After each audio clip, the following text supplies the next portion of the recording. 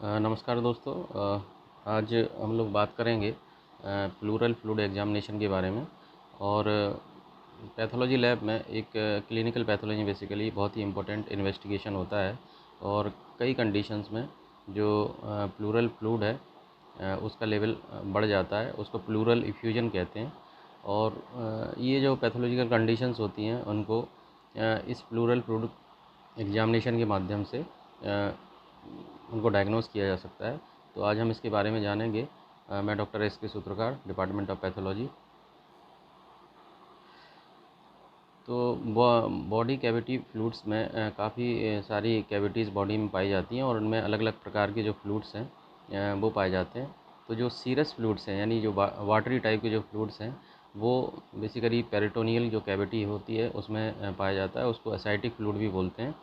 और इसके अलावा जो प्लूरल कैविटी में जो फ्लूइड पाया जाता है उसको प्लूरल फ्लूइड कहा जाता है। इसी तरह से पेरिकार्डियल जो कैविटी होती है उसमें पेरिकार्डियल फ्लूइड पाया जाता है। तो ये जो तीनों फ्लूइड्स होते हैं ये वाटरी इन नेचर होते हैं और सीरस होते हैं। इसके अलावा जो स्पाइनल कॉर्ड है और ब्रेन है इसमें सेरेब्रो स्पाइनल फ्लूइड या CSF जिसको बोलते हैं वो पाया जाता है। इसके अलावा जॉइंट्स के बीच में साइनोवियल फ्लूइड्स, अमनियोटिक फ्लूइड्स और ओकुलर फ्लूइड्स भी अलग अलग जगहों पे पाए जाते हैं। तो ये सारे जो बॉडी कैविटी में पाए जाने वाले फ्लूइड्स हैं। तो आज हम स्पेसिफिकली बात कर रहे हैं प्लूरल फ्लूइड एग्जामिनेशन के बारे में।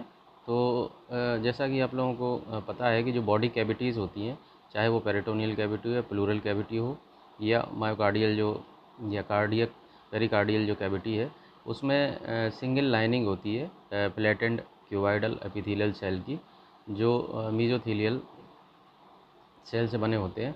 तो ये जो मीजोथेलियल सेल होते हैं या लाइनिंग होती है जो सेल्स की, ये बहुत ज़्यादा सप्लाई होती है इसमें ब्लड की और लिम्फेटिक्स की और लूज कनेक्टिव टिश्यू के द्वारा ये बने होते हैं। इसके अलावा विज़रल और पैराइटल सर्फेस जो दो लाइनिंग होती हैं एपिथेलियम की, ये सेपरेटेड रहती हैं। बहुत छोटा सा स्पेस इसके बीच में बन जाता है और इसमें ही ये फ्लूइड पाया जाता है। और इसकी जो मात्रा होती है वो करीब 10 से 50 ml प्रेजेंट होती है। तो इसमें प्लूरल फ्लूइड देख सकते हैं आप कि इसमें 10 से 20 ml और पेरिकार्डियल फ्लूइड 10 से 50 ml और पेरिटोनियल फ्लूइड करीब 10 से 50 ml पाया जाता है। और इसका जो कलर होता है वो पेल येलो होता है नॉर्मली, और क्लियर रहता है ये फ्लूइड। और एक तरह से फ्रिक्शन लुब्रिकेंट की तरह ये काम करता है दो लेयर्स के बीच में। तो डायग्राम में आप देख सकते हैं कि जो प्लूरल कैविटी है उसकी लाइनिंग में दो तरह के जो एपिथेलियल सेल होते हैं, बाहर की तरफ जो कवरिंग होती है उसको पैराइटल प्लूरा बोला जाता है और जो अंदर की तरफ जो कवरिंग होती है उसको विज़रल प्लूरा बोला जाता है। उनके बीच में जो स्पेस या कैविटी बनती है उसको प्लूरल कैविटी कहते हैं और इसी कैविटी में प्लूरल फ्लूइड पाया जाता है। तो नॉर्मली जो ये फ्लूइड होता है वो वाटरी होता है या सीरस होता है और इसमें जो प्रोटीन कंसंट्रेशन होता है यूजुअली लेस देन 2 g% होता है। और pH और इस फ्लूइड की करीब 7 के आसपास होती है। और ग्लूकोज का जो कंसंट्रेशन होता है, जो ब्लड में कंसंट्रेशन होता है उसी के इक्वलेंट होता है 70 to 80 मिलीग्राम। और इसमें जो सेलुलर सेल्स जो पाए जाते हैं उसमें मोस्टली जो होते हैं मीजोथेलियल सेल्स होते हैं या कुछ इसमें लिम्फोसाइट्स भी हमको मिलते हैं। तो ये सेलुलर कंपोजिशन भी इसमें रहता है थोड़ा। अब जो प्लूरल इफ्यूजन होता है यानी जब प्लूरल कैविटी में इस फ्लूइड का लेवल बढ़ जाता है तो उस कंडीशन को प्लूरल इफ्यूजन कहते हैं। और प्लूरल इफ्यूजन को बेसिकली क्लिनिकल फॉर्म में दो तरह से इसको हम डिवाइड कर सकते हैं। तो या तो ये ट्रांसुडेट फ्लूइड हो सकता है या फिर एक्सुडेट फ्लूइड हो सकता है। तो ट्रांसुडेट और एक्सुडेट फ्लूइड को डिफरेंशिएट करना बहुत ज़रूरी है, क्योंकि दोनों ही टाइप के जो फ्लूइड हैं अगर वो प्लूरल फ्लूइड ट्रांसुडेट है तो उसकी कॉजेज़ अलग हैं और अगर वो ट्रांसुडेट है तो उसकी कॉजेज़ अलग हैं। तो इसका पता लगाने के लिए हमको बायोकेमिकल टेस्ट लगाने होते हैं, फिजिकल एग्जामिनेशन करना होता है। तो जैसा कि यहाँ पे आप देख सकते हैं कि जो ट्रांसुडेट फ्लूइड होगा तो वो एक तरह से क्लियर होगा और अपीयरेंस उसका बहुत क्लियर होगा, वाटरी होगा। और उसकी स्पेसिफिक ग्रेविटी होगी वो लेस देन 1.015 से कम होगी। प्रोटीन कंटेंट भी काफ़ी कम होगा और जो फिब्रिन प्रोटीन होता है वो भी काफ़ी कम रहता है। और ग्लूकोज का जो कंटेंट है वो 15 से 30 मिलीग्राम पर डेसीलीटर होगा और सेल्स कम मात्रा में पाए जाएंगे इसमें। तो इस तरह का जो फ्लूइड है उसको ट्रांसुडेट फ्लूइड कहा जाता है और ये कई कंडीशंस में इस तरह का फ्लूइड मिलता है। दूसरी ओर अगर हम एक्सुडेट के बारे में बात करें तो एक्सुडेट में एक्चुअली ये इसका जो फिजिकल एग्जामिनेशन करेंगे तो ये एक तरह से क्लाउडी होगा और कई बार इसमें क्लॉट भी बन जाते हैं और इसकी जो स्पेसिफिक ग्रेविटी होगी वो ज़्यादा होगी 1.015 से और प्रोटीन का लेवल भी 2 ग्राम से ज़्यादा रहेगा और इसमें फिब्रिन रिच होता है ये एक्चुअली, इसीलिए ये क्लॉट भी हो जाता है। तो इसमें फिब्रिन की मात्रा बहुत ज़्यादा होती है और ग्लूकोज का लेवल यूजुअली कम हो जाता है और काउंट्स जो होती है सेल काउंट्स वो काफ़ी बढ़ जाती है, यानी जो न्यूट्रोफिल हैं या लिम्फोसाइट्स हैं उनकी काउंट काफ़ी बढ़ जाएगी। तो जो प्लूरल फ्लूइड है उसको दो तरह से बेसिकली क्लिनिकल पैथोलॉजी में डिवाइड किया जाता है, एक ट्रांसुडेट और दूसरा एक्सुडेट। अब ट्रांसुडेट की हम कॉजेज़ को देखें तो इसमें जो कॉजेज़ होती है मेनली वो हार्ट से रिलेटेड रहती हैं, जैसे सीसीएफ हो गया, कंजेस्टिव कार्डियक फेलियर। अगर हार्ट ही पंप करना बंद कर देगा या कम हो जाएगा उसकी एक्टिविटी तो बेसिकली इस तरह का ट्रांसुडेट फ्लूइड जो है वो डेवलप हो जाता है।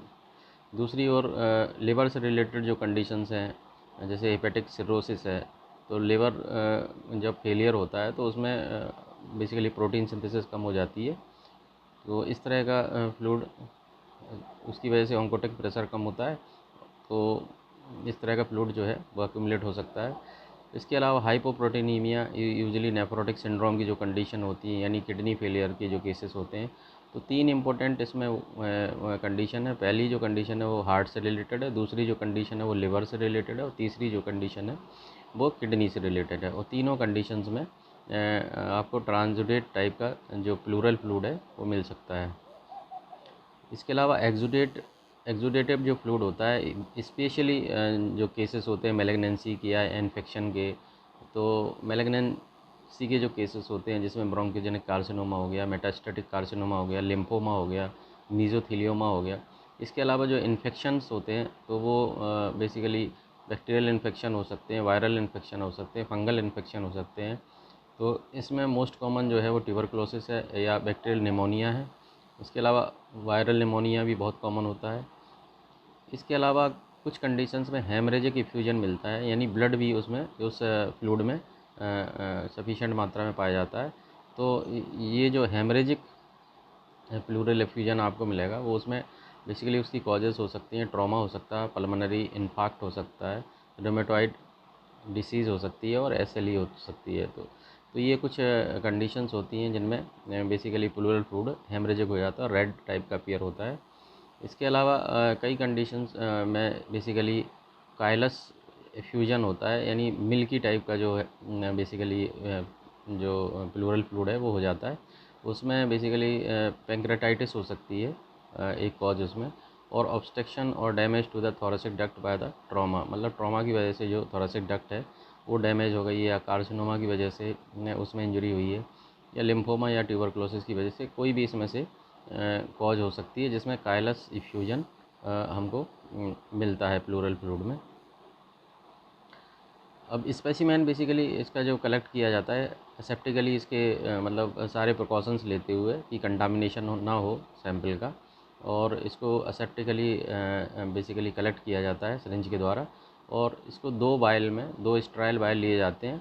तो एक बाइल बेसिकली यूज़ किया जाता है फिजिकल एग्जामिनेशन के लिए, केमिकल एग्जामिनेशन के लिए एंड माइक्रोबायोलॉजिकल एग्जामिनेशन के लिए, और जो दूसरा वायल है उसको बेसिकली यूज करते हैं साइटो पैथोलॉजिकल स्टडीज़ के लिए, यानी मैलिग्नेंसी देखने के लिए। उसका स्मेयर बनाया जाता है, उसको स्टेन किया जाता है और उसमें बेसिकली मैलिग्नेंट सेल्स को देखने की कोशिश की जाती है। तो इस तरह से दो वायल में आपको जो है सैंपल कलेक्ट करना है। और यहाँ आप देख सकते हैं कि ये जो लाइनिंग है प्लूरल फ्लूइड है वो लंग्स के चारों तरफ यहाँ पे देख सकते हैं कि एक्यूमुलेट हो गया है और इसी कंडीशन को प्लूरल एफ्यूजन कहते हैं। और इसको सिरिंज के माध्यम से बेसिकली इसको निकाला जाता है और टेस्ट ट्यूब में इसको 2 टेस्ट ट्यूब में लिया जाता है। वो टेस्ट ट्यूब भी स्टेराइल होना चाहिए। उन स्टेराइल टेस्ट ट्यूब में इसको रख के उसको सेंट्रीफ्यूज किया जाता है, जिससे कि डिपॉजिट्स से बेसिकली सेलुलरिटी और सेलुलर डिपॉजिट्स की स्टडी की जा सके। अगर हम फिज़िकल एग्जामिनेशन के बारे में बात करें तो 3 इम्पोर्टेंट जो पॉइंट्स होते हैं उन पे हमको कमेंट करना होता है। बेसिकली सबसे इम्पोर्टेंट होता है वॉल्यूम। तो नॉर्मली जो वॉल्यूम होता है वो 10 to 20 ml रहता है प्लूरल फ्लूइड का।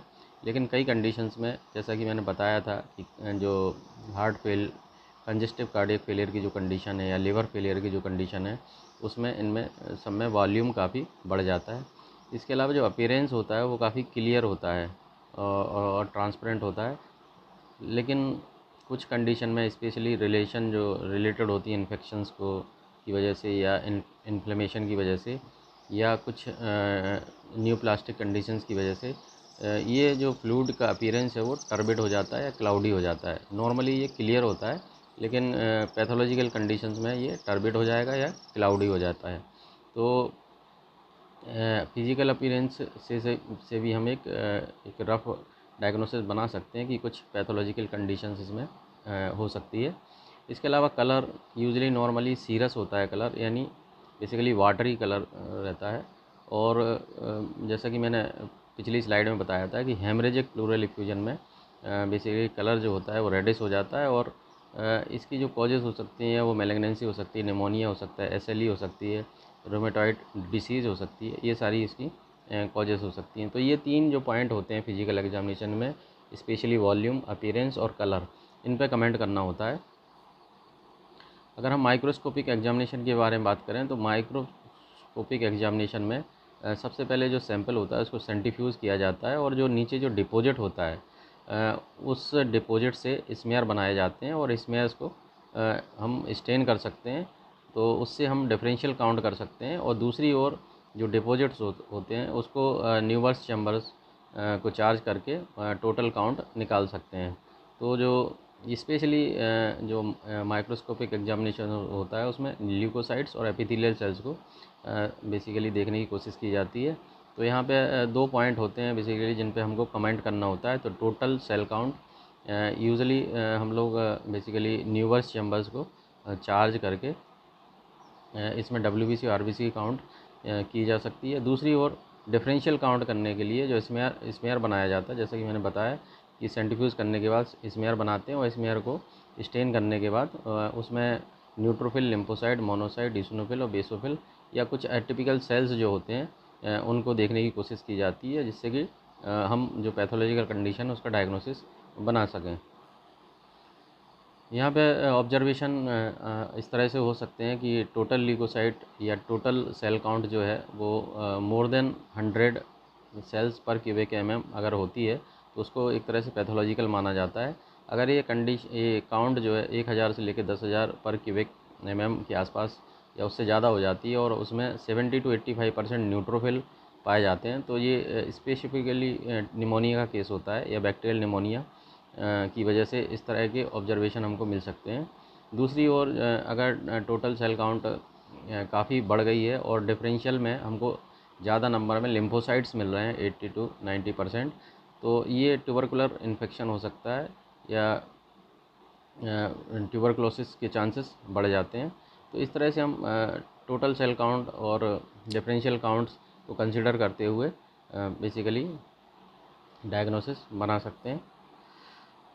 ये मेसोथेलियल सेल हैं, इस तरह के सेल्स बेसिकली दिखते हैं। उसमें आप देख सकते हैं कि राउंड न्यूक्लियस रहता है और अबंडेंट इसमें साइटोप्लाज्म पाया जाता है। इसके अलावा केमिकल एग्जामिनेशन करने के लिए इसमें 2 इम्पोर्टेंट, एक तो प्रोटीन का एस्टिमेशन किया जाता है और दूसरी ओर जैसा कि मैंने बताया था कि शुगर का एस्टिमेशन करते हैं। तो प्रोटीन कंटेंट यूजुअली नॉर्मली 2 ग्राम से कम ही होता है और इसलिए इसको ट्रांसुडेट कहते हैं। और